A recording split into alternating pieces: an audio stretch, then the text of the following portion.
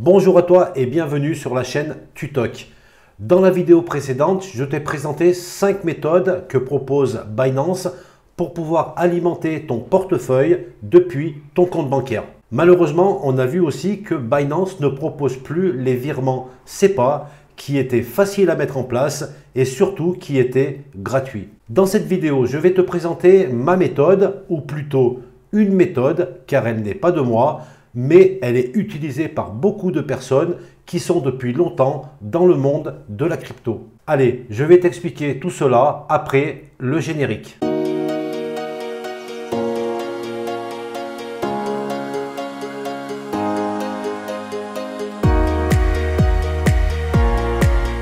Alors le but de cette méthode, c'est de pouvoir créer une passerelle entre le monde réel, ton compte bancaire en euros, et le monde de la crypto. Dans le monde de la crypto, on peut retrouver plein de choses. Des plateformes centralisées comme Binance, KuCoin, Ascendex, etc.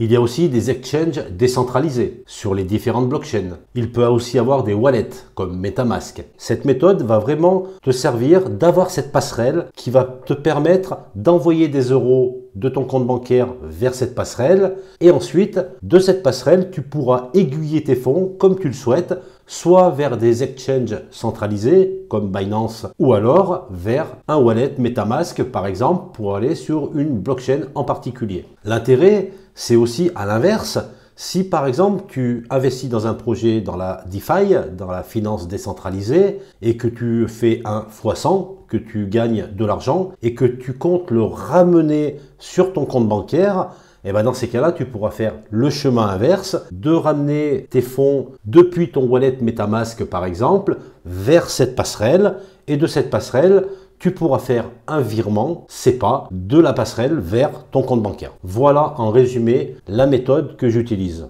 Alors pour le choix de la passerelle, c'est Kraken. Kraken, c'est un exchange centralisé exactement comme Binance, mais qui est complètement régulé et qui permet de faire des virements SEPA du compte bancaire vers la plateforme Kraken et de l'autre côté de Kraken vers le compte bancaire. De plus, c'est une plateforme qui offre les frais de transaction les plus bas du marché. Allez, on va maintenant passer à la pratique.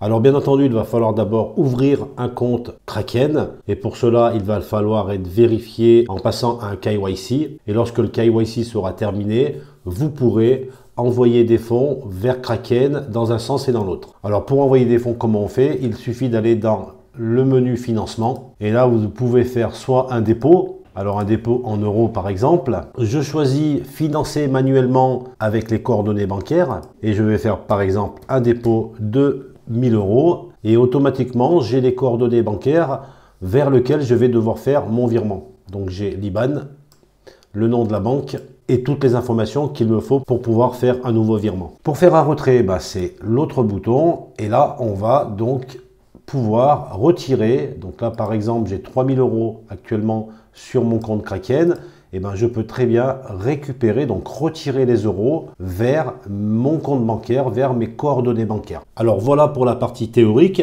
passons maintenant à la pratique. Alors on se retrouve sur Kraken. On va admettre que tu aies fait un virement SEPA de ton compte bancaire vers Kraken de 3000 euros.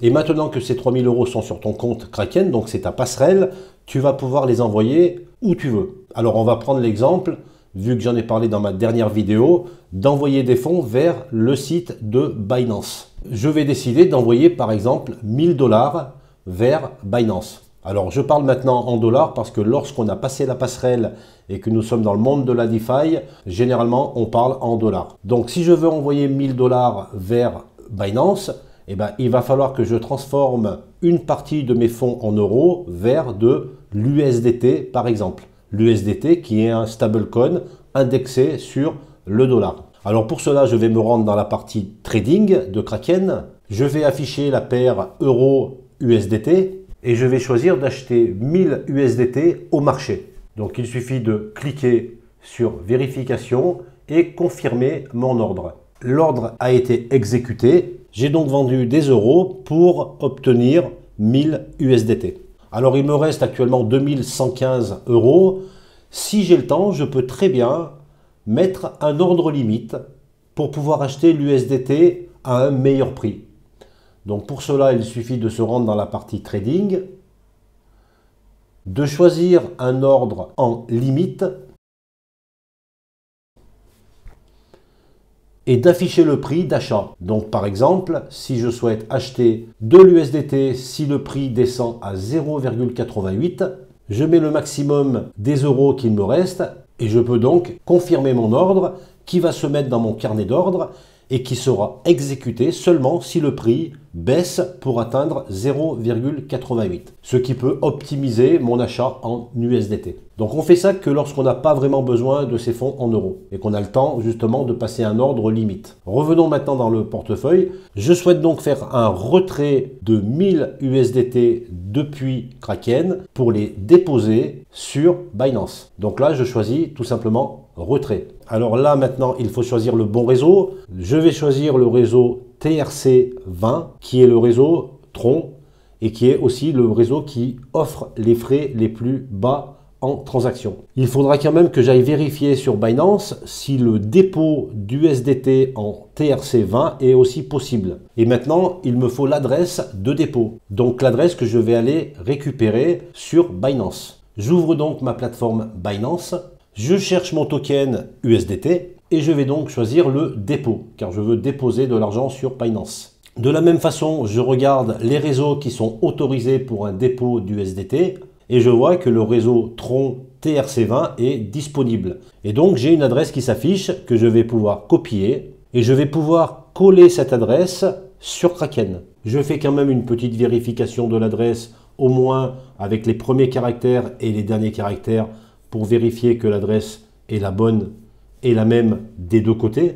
Et une fois que j'ai fini ma vérification, je peux tout simplement confirmer le retrait. Et au bout de quelques minutes ou quelques dizaines de minutes, si le réseau TRC est congestionné, je vais recevoir le montant d'USDT directement sur le site de Binance. Et avec ces USDT, je pourrai faire mon trading ou acheter des tokens. Voilà une méthode simple pour pouvoir alimenter le compte Binance depuis une passerelle et cette passerelle c'est Kraken. Alors là je vous ai montré un exemple pour envoyer des fonds sur Binance, mais de la même façon je peux envoyer des fonds vers mon wallet MetaMask sur la blockchain BSC, Ethereum et n'importe quelle autre blockchain. Et l'intérêt, si j'ai de l'argent à récupérer sur mon compte bancaire, je ferai exactement le chemin inverse en envoyant mes USDT de Binance vers Kraken en TRC20 toujours. Et ensuite, je pourrai les retransformer en euros et les envoyer sur mon compte bancaire. Voilà, j'espère que cette vidéo va être utile. Si tu n'es pas encore abonné, pense à le faire.